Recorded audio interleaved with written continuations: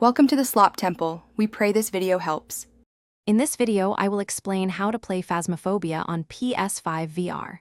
First, ensure your PlayStation 5 console is updated to the latest system software. You will need the PlayStation VR 2 headset and its accompanying Sense controllers. This setup provides a truly immersive experience, making every creak and whisper feel incredibly real. Get ready to step into a terrifying world where every shadow could hide a ghost. Setting up your PlayStation VR 2 is straightforward. Begin by connecting the headset cable to the USB-C port on the front of your PlayStation 5 console. Next, power on your Sense controllers and confirm they are fully charged for uninterrupted gameplay.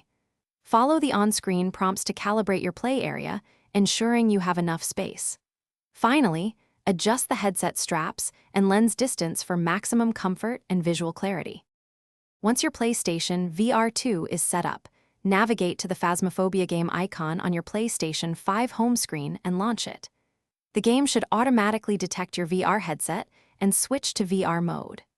Your Sense controllers become your hands in the game, allowing you to pick up items, open doors, and interact with the environment. Take a moment in the tutorial to familiarize yourself with the button layout for smooth ghost hunting.